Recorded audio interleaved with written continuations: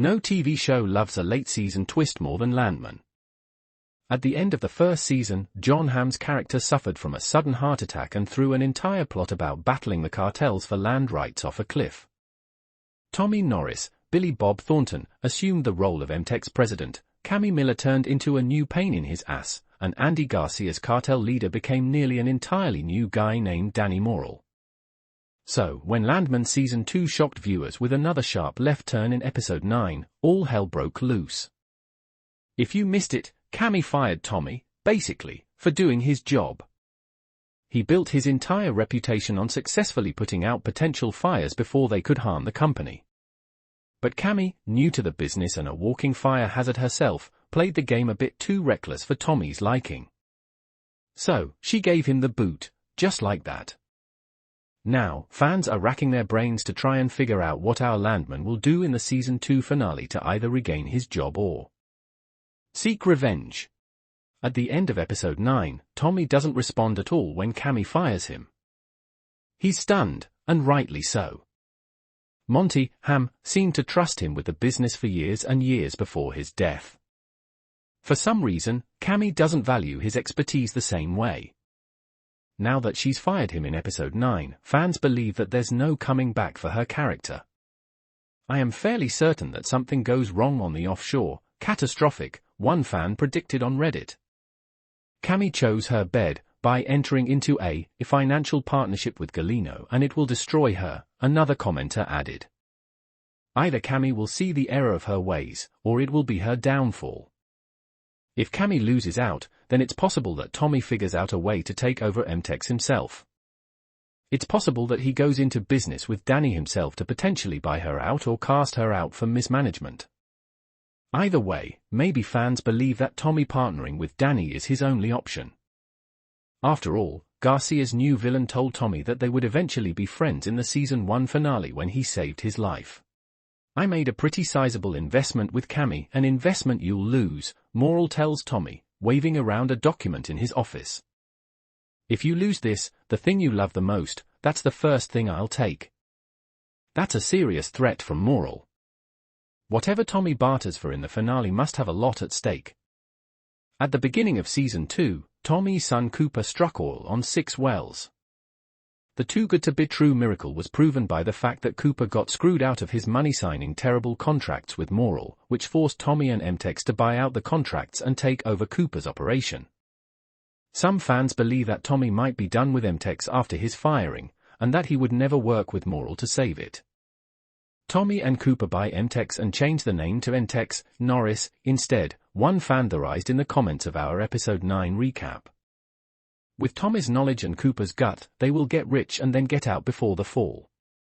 Tommy will join his son's operation, and they will hit it big as a result of Cooper's oil-finding instincts, another fan wrote, ending their prediction thought with a boom.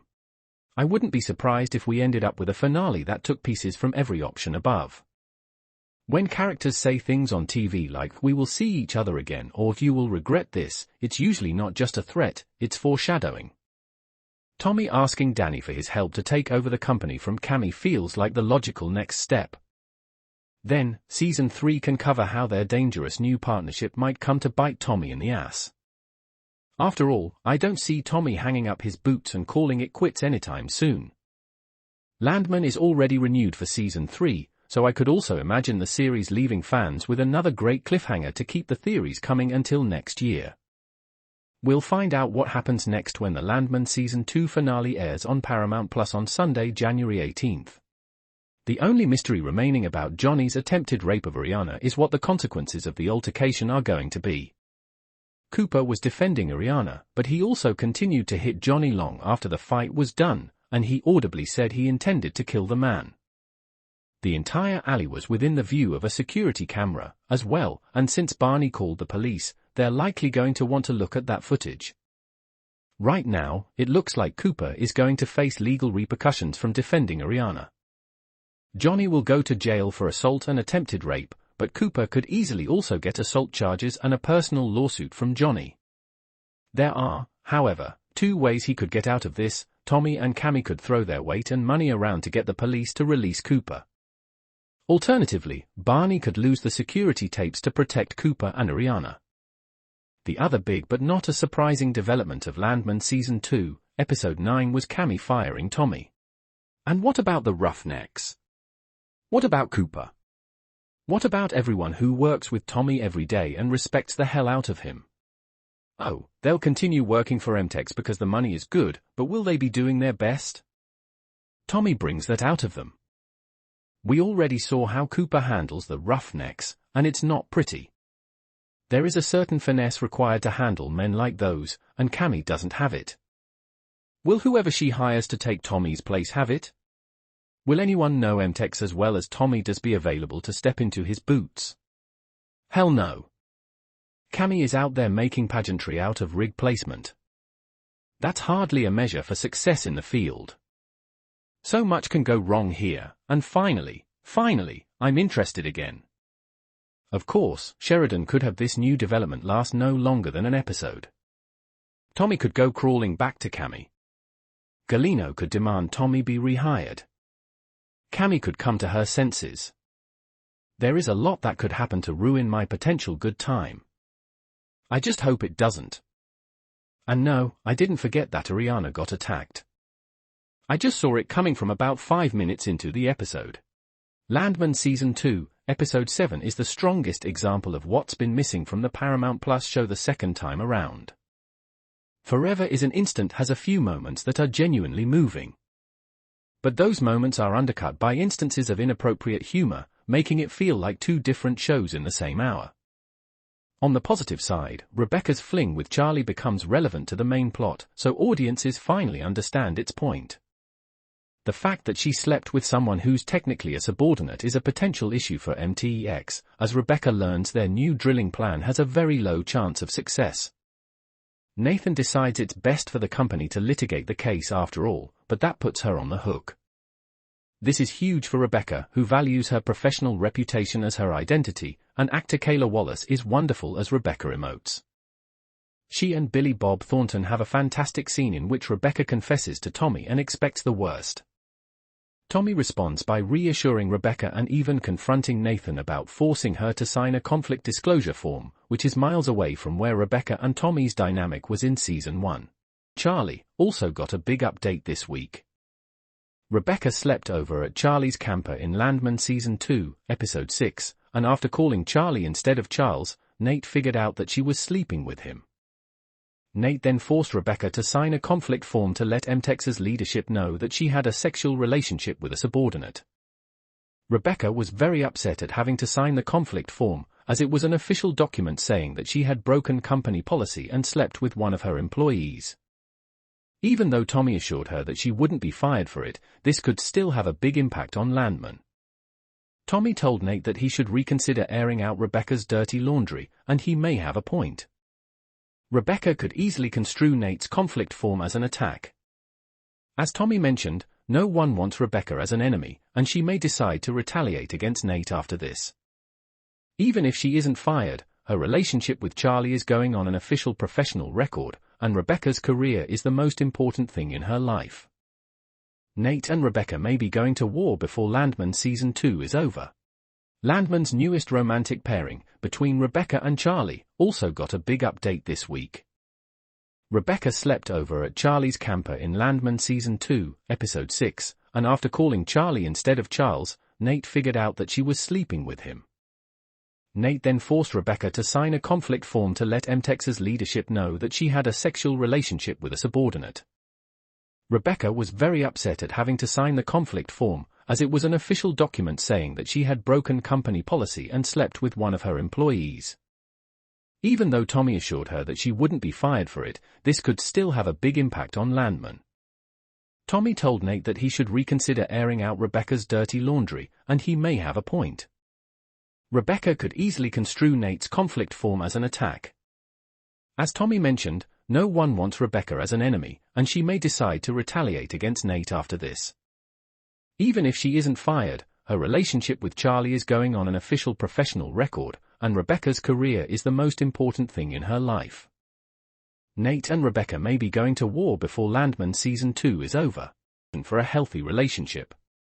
I thought Cooper and Ariana's romance should have waited for Landman Season 2 so they could have more time to grieve. It wasn't even the societal norms that bugged me about their relationship as much as it was the trauma they both shared. I thought their relationship could be nothing but unhealthy because they both had such fresh trauma that they hadn't properly processed. Ariana lost her husband and the father of her child, while Cooper watched 3 men die and was nearly beaten to death. It didn't seem like a great foundation for a healthy relationship. I thought Cooper and Ariana's romance should have waited for Landman Season 2 so they could have more time to grieve. A pair of young people who are simply clinging to each other to avoid thinking about a traumatic event don't have such a realistic view of the future. If Cooper and Ariana were just trying to block out their pain, she wouldn't have even entertained the idea that Cooper might not love her. Landman has convinced me that Ariana and Cooper are more than capable of handling their relationship in a mature way, and I agree with Ariana that it's worth figuring out. Even if they end up realizing it was a mistake down the line, I now think their relationship is at least worth exploring. Ariana's explanation of what her and Cooper's relationship is made their story going forward in Landman much easier to understand. Now, they're not 2 kids who are stupidly falling in love at the wrong time, they're 2 adults who are trying to make sense of a whirlwind situation. Likewise, if Cooper gets targeted by Manuel and Antonio's friends again, it won't be the result of a mistake, it will be the result of a conscious decision to give their relationship a chance despite the odds. I think their relationship just got a lot more compelling, and I fully support whatever Landman has in store for Cooper and Ariana, but wants to fire Cooper. Rebecca points out that's wrongful termination, and illegal, but it doesn't matter because Cooper quits right then and there. After he hangs up, Monty's heart starts doing weird things in his chest, and I'm pretty sure it's not growing 3 sizes. In a last-ditch effort, Rebecca explains that Ariana can never sue MTEX for anything if she agrees to take the money. Ariana asks Cooper what to do, and he advises her to sign the agreement. Rebecca is a big jerk to both of them on her way out, though Nathan is much kinder. "You quit your job over me," Ariana says, in tears, after they've gone. "I'm going to run an oil company one day, and I'm not going to run it like that," Cooper responds. They're both having some pretty big emotions as she keeps crying, lamenting that it's too soon to feel what I feel for you. But when Cooper suggests that they wait a while, she says she doesn't want to, and that she's going to fix up the spare room for him. Later, when he's in pain, as he tries to put his shirt on after a shower, she comes to help him. She admits that she doesn't see the upside of his new situation, out of work, beat up and living with her. "Looking at you is the upside," he says quietly, and is it any wonder they're kissing soon after?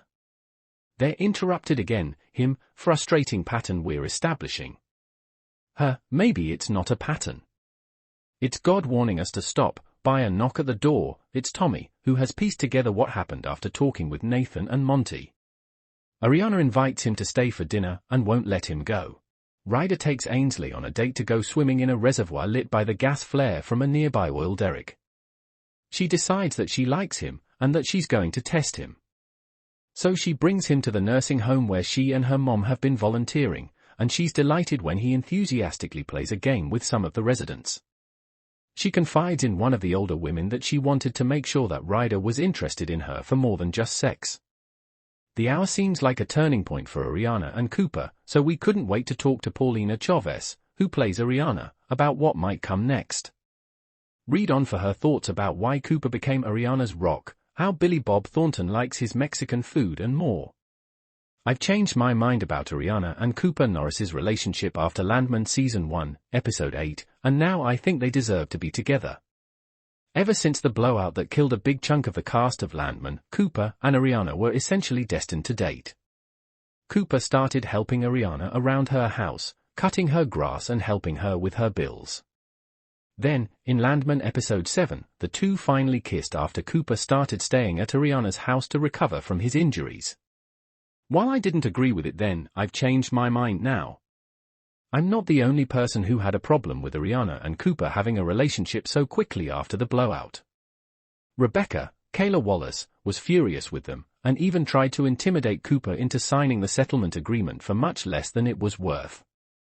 LVO's friends even tried to kill Cooper for growing close to Ariana, and even Tommy, Billy Bob Thornton, couldn't understand why they were together.